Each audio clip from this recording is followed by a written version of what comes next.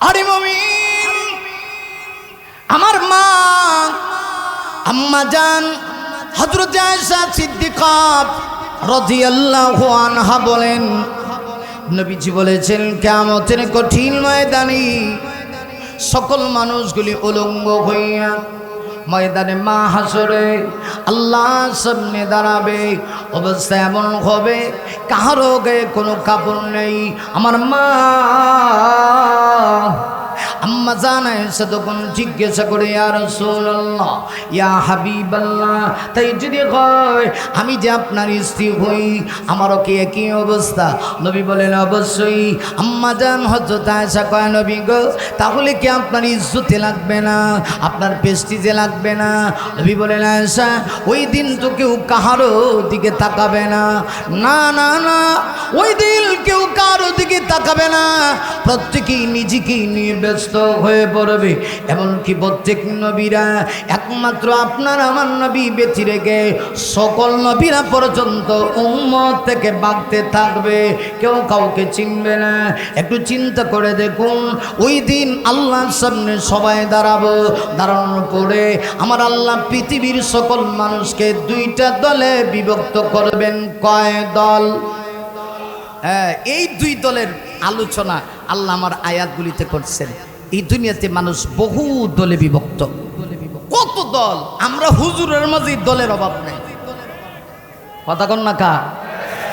বাংলাদেশে যেই পরিমাণ গোতাগতি আলেমরা করে, যদি আলেমরা গোতাগতি বন্ধ করে এক হইতে পারতাম, তাহলে এই দেশে আর কেউ ক্ষমতার মসনদে বসার সাহস নাই। হ্যাঁ, ঠিক না বেঠিক? জোরে আওয়াজ করে বলে মুসলমান। তবে হ্যাঁ, মনে হচ্ছে ওলামায়ে কেরাম এখন এক হবে।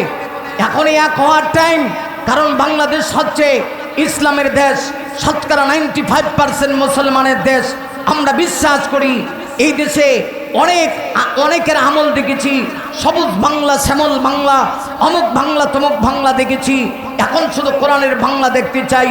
আমি স্পষ্ট ভাষায় বলছি, এদেশে যদি শান্তি প্রতিষ্ঠা করতে হয়, মানুষের কোনো তন্ত্র মন্ত্র দিয়া, মানুষের মান করা কোনো মতবাদ দিয়া আল্লাহর জমিনে শান্তি আসবে না। খোদার জমিনে যদি খোদার রাজ কায়েম করা যায়, কোরআনের রাজ কায়েম করা যায়, তবেই বাংলার জমিনে আসবে প্রকৃতপক্ষে শান্তি। মুসলমান বলো ঠিক কিনা? এছাড়া শান্তি আসতে পারে না। কারণ দুনিয়ার তন্ত্র মন্ত্র দিয়ে মানুষ কেমনে শান্তি দিব? এই পৃথিবী যিনি সৃষ্টি করছেন তিনি কে? এই একটা জবান বন্ধ থাকলে আল্লাহর কাছে দায়ী থাকবেন। আল্লাহ দেখতেছে, যিনি আপনাকে আমাকে সৃষ্টি করছে, तमाम পৃথিবী যিনি সৃষ্টি করছে, তার কথা বলতে কিসের ভয়? কোনো ভয় নাই। জবান থাকলে বলিষ্ঠ কণ্ঠে আওয়াজ দিয়ে বলতে হবে, আসমান জমিন কুল কায়নাত तमाम পৃথিবী যিনি সৃষ্টি করেছেন তিনি কে? হ্যাঁ, একটা মোবাইল যদি আপনি কোম্পানি থেকে কিনেন, যেই কোম্পানির মোবাইল কিনেন তার সিস্টেম অনুযায়ী আপনাকে মোবাইলটা চালাইতে হয়। টাকা তো আপনারই, যেহেতু আপনি দিচ্ছেন। কিন্তু যদি বলেন দোকানদার রেগে, ভাই নিয়ম কানুন কিচ্ছু মানতাম না, লাল লাল টিপা দিলে ফোন কাটে, এখন যদি এটা দিয়ে কিয়ামত পর্যন্ত লাল টিপা দিয়ে ফোন দিতে চান, ফোন যাইব নি কিয়ামত পর্যন্ত? যাবে না, কারণ তার সিস্টেম আছে। তাহলে মোবাইল কোম্পানি থেকে আপনি মোবাইল কিনে যদি তার সিস্টেম অনুযায়ী চালাইতে হয়, গোটা কুল কায়নাত যিনি সৃষ্টি করছেন, আপনাকে আমাকে যিনি সৃষ্টি করছেন, আমি তার জমিনে থেকে আমি যদি তার আইন অনুযায়ী না চলি, মানুষের তন্ত্র মন্ত্র দিয়া আমি শান্তি প্রতিষ্ঠা করতে চাই, কিয়ামত পর্যন্ত শান্তির আশা করলেও শান্তি এই জমিনে প্রতিষ্ঠা হবে। আবার পানের ভাইরা আসুন, সে আল্লাহ পাক এখন আমাদেরকে একটা সুযোগ দিয়েছেন, আমাদেরকে এক হতে হবে, মুসলমানকে এক হতে হবে। আগামী দিনে আমাদেরকে এমন লোক নির্বাচিত করতে হবে যারা কোরআনের পক্ষে কথা বলে। ইনশাআল্লাহ পারবো তো? ইনশাআল্লাহ। তাহলে এই পৃথিবীতে মানুষ বহু দলে বিভক্ত, আমরা বহু তন্ত্রে মন্ত্রে বিশ্বাসী। আর কিয়ামতের মাঠে দল হবে কয়টা? দুইটা। একটা হবে জাহান্নামী, আরেকটা হবে জান্নাতি। আল্লাহ রাব্বুল আলামিন আমার তেলাওয়াতকৃত আয়াতগুলিতে প্রথমে জাহান্নামী দলের পরিচয় দিয়েছেন। জাহান্নামীরা কেন জাহান্নামে যাবে? আমরা সারা রাত ওয়াজ শুনলাম, কিন্তু জাহান্নামের মধ্যে যদি দুইটা ঠ্যাং রেখে দেই জান্নাতে যাওয়ার আশা আছে? কি কোন আপনারা? কিয়ামত পর্যন্ত আশা করা যাবে, যাওয়া যাবে না। সাপোজ এক্সাম্পল দিই, আপনাদের এই বক্সিগঞ্জ বাজার থেকে কেউ যদি ঢাকায় যাইতে হয় তাহলে তাকে ঢাকার গাড়িতে উঠতে হবে। কিন্তু ঢাকার গাড়িতে না উঠতে, হ্যাঁ যদি সিলেটের গাড়িতে উঠে, গাড়ি কিয়ামত পর্যন্ত যাইব কিন্তু ঢাকা যাইতো না, সিলেট যাইব। হ্যাঁ, কথা মনে হয় বুঝেন নেই, একটু হানা কয়ে খেলে বুঝবো আপনারা কথা বুঝতেছেন। তাহলে আপনাকে ঢাকা যাইতে হলে যেমন ঢাকার গাড়িতে উঠা লাগবে, ঠিক তদ্রুপভাবে আপনি যদি জান্নাতে যাইতে হয় জান্নাতের পথে আপনাকে চলতে হবে। জাহান্নামের মধ্যে দুই ঠ্যাং রেখে যদি জান্নাতের আশা করেন, কিয়ামত পর্যন্ত এই আশা করলে আপনি জান্নাতে পৌঁছাইতে পারবেন না।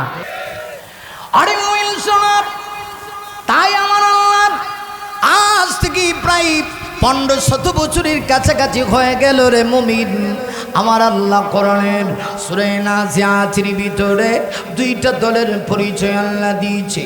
এক নম্বর হলো জাহান্নামী কারা, আর জাহান্নামীরা কেন জাহান্নামে যাবে, কোন কোন সিমটম থাকলে একজন মানুষ জাহান্নামে যাবে, কোন কোন কারণে একজন মানুষ জাহান্নামে যাবে, আমার আল্লাহ সেটা তুলে ধরেছে। আবার পাশাপাশি জান্নাতীরা কোন কোন কারণে জান্নাতে যাবে, জান্নাতি দলের অন্তর্ভুক্ত যারা হবে তাদের ভিতরে কোন কোন ভালো গুণগুলি থাকার কারণে ওরা জান্নাতি হবে, আল্লাহ সেটাও তুলে ধরেছেন। আসুন মুমিন এবারে একটু কোরআনের কাছে যাই।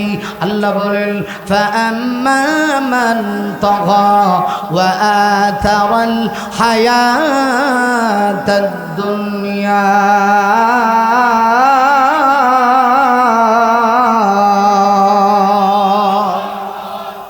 আল্লাহ প্রথমে বলেছেন জাহান্নামীরা কেন জাহান্নামে যাবে। যে দলের যে ব্যক্তির ভিতরে দুইটা বদগুণ থাকবে, এই লোক এবং তার দল মতের লোকেরা জাহান্নামী হবে। কয়টা কারণ বলেন? কয়টা? দুইটা। এক নাম্বার হলো আল্লাহ পাক বলেন ফাআম্মা মান তাগা, এই পৃথিবীতে যারা সীমা লঙ্ঘন করবে। কি লঙ্ঘন? সীমা লঙ্ঘন। মুমিন লেগে করুক, আমার আল্লাহ বলেন জাহান্নামীরা জাহান্নামী কেন যাবে? আল্লাহ বলেন দুইটা কারণে জাহান্নামে যাবে। একটু কোরআন থেকে জেনে নাও জাহান্নামীরা কোন দুই কারণে জাহান্নামে যাবে। এক নম্বরে আল্লাহ বলেন মান তাগা, এই পৃথিবীতে যারা সীমা লঙ্ঘনকারী হবে। জাহান্নামে যাওয়ার দুইটা কারণের একটা কারণ হলো যারা সীমা লঙ্ঘনকারী হবে, এগুলো এক নম্বর কারণ। দুই নম্বরে আল্লাহ বলেন ওয়া আতারাল হায়াতাদ দুনিয়া, আল্লাহ বলেন যারা আখিরাতের উপরে দুনিয়াকে প্রাধান্য দিবে। এই দুই বদগুণ যাদের ভিতরে থাকবে, আল্লাহ বলেন ফাইনাল জাহিমা হিয়াল মাওয়া, নিশ্চয়ই ঠিকানা হলো জাহান্নাম। এখন একটু খেয়াল করুন, দুই কারণে মানুষ জাহান্নামে যাবে। প্রথম কারণ হলো সীমালঙ্ঘন যারা করবে। সীমালঙ্ঘনকারী কারা? তাফসীরি কিতাবের ভিতরে মুফাসসিরিন কেরামগণ উল্লেখ করে দিয়েছে সীমালঙ্ঘনকারীর দুইটা ব্যাখ্যা। এক নাম্বার ব্যাখ্যা হলো আল্লাহর আকাশের নিচে জমিনের উপরে একদল মানুষ আছে যারা আল্লাহর আকাশের নিচে জমিনের উপরে থেকে আল্লাহকে মানে না, আল্লাহকে বিশ্বাস করে না, আল্লাহর অস্তিত্বকে স্বীকার করে না। এরা হলো সীমালঙ্ঘনকারী। সীমালঙ্ঘনের দুই ব্যাখ্যা। প্রথম ব্যাখ্যা হলো আল্লাহর আকাশের নিচে জমিনের উপরে থেকে আল্লাহকে যারা বিশ্বাস করে না, এদের নাম হলো নাস্তিক। এরা আল্লাহর অস্তিত্বকে স্বীকার করে না। আমি আপনাদের কাছে জানতে চাই, আর আমরা যারা মুমিন, আমরা যারা ইমানদার, আমাদের বিশ্বাস এই পৃথিবী এমনি এমনি হয় নাই। না না না, এই পৃথিবী এমনি এমনি হয় নাই। গোটা পৃথিবী একজন পরিচালনা করেন, গোটা পৃথিবী একজন চালান, ওটা পৃথিবী একজন পরিচালনা করেন। তিনি আর কেউ নয়, তিনি হলেন আপনার আমার আল্লাহ। আওয়াজ করে বলেন ঠিক কিনা? আরো জোরে বলুন ঠিক কিনা? আল্লাহ কয়জন? শাহাদত আঙ্গুলি আকাশের দিকে উঠে বলেন আল্লাহ কয়জন? আমি আপনাদের কাছে জানতে চাই, আরে ওই আমরা আল্লাহকে দুনিয়ার চরমোচ্চ চোখ দিয়ে দেখি নাই কিন্তু বিশ্বাস করি। কেন বিশ্বাস করি? আল্লাহকে দেখা সম্ভব না, কিন্তু অসংখ্য প্রমাণ আছে এই পৃথিবী আমার আল্লাহ সৃষ্টি করেছেন। আসমানের দিকে যদি একজন মানুষ তাকায় তাহলে তার ব্রেন যদি সুস্থ থাকে এই কথা সে বের করবে। আসমান এমনি হয় নাই, এই আসমানটা একজন দাঁড় করায় রাখছে। একটু লক্ষ্য করে দেখুন, এই যে একটা মাহফিল করতে গিয়ে একটা সামিয়ানা দাঁড় করানো লাগছে, এমনি এমনি দাঁড়ায় নাই।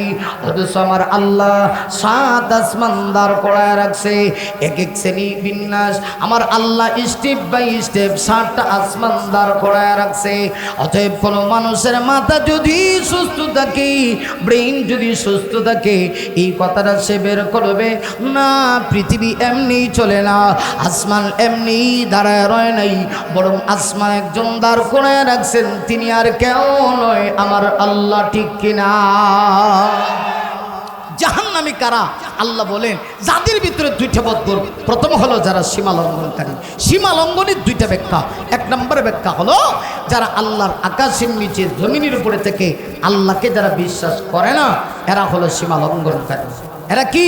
সীমা লঙ্ঘনকারী।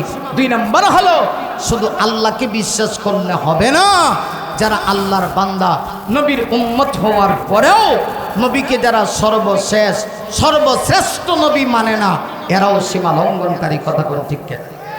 আসেনি আমাদের সমাজে একদল যারা শুধু আল্লাহরে বিশ্বাস করে কিন্তু নবীজির নবুয়ত তার রিসালাতের উপরে ওরা বিশ্বাস স্থাপন করে না। এরা বলে মুহাম্মদ সাল্লাল্লাহু আলাইহি ওয়াসাল্লাম নবী, কিন্তু তিনি সর্বশেষ নবী না। এরা কাফের, এরা সীমা লঙ্ঘনকারী। কথা বলেন ঠিক কিনা? আমাদের আকীদা বিশ্বাস কি? আমাদের নবী কি শুধুমাত্র নবী না সর্বশেষ নবী? সবাই বলেন আওয়াজ করে। সর্বশেষ নবী। শুধু কি সর্বশেষ নবী না সর্বশ্রেষ্ঠ নবী?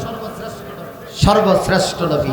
অতএব কালেমার 2টা অংশ, একটা হলো লা ইলাহা ইল্লাল্লাহ, দ্বিতীয় অংশ হলো মুহাম্মাদুর রাসূলুল্লাহ। আমরা যেভাবে আল্লাহ ছাড়া কোনো মাবুদ নেই এই কথা যেমন স্বীকার করি, ঠিক তদ্রূপভাবে আমাদের বিশ্বাস হলো মুহাম্মদ সাল্লাল্লাহু আলাইহি ওয়াসাল্লাম আল্লাহর বান্দা এবং রাসূল। তিনি শুধু রসুল তা না, তিনি সর্বশ্রেষ্ঠ রসুল। তিনি সর্বশ্রেষ্ঠ রসুল তা না, তিনি সর্বশ্রেষ্ঠ নবী। শুধু সর্বশ্রেষ্ঠ নবী তা না, বরং তিনি সর্বশেষ নবী। এখন আল্লাহকে যারা মানে না এরা যেমন সীমা লঙ্ঘনকারী, ঠিক তদ্রূপভাবে নবীকে যারা শেষ নবী মানে না এরাও সীমা লঙ্ঘনকারী।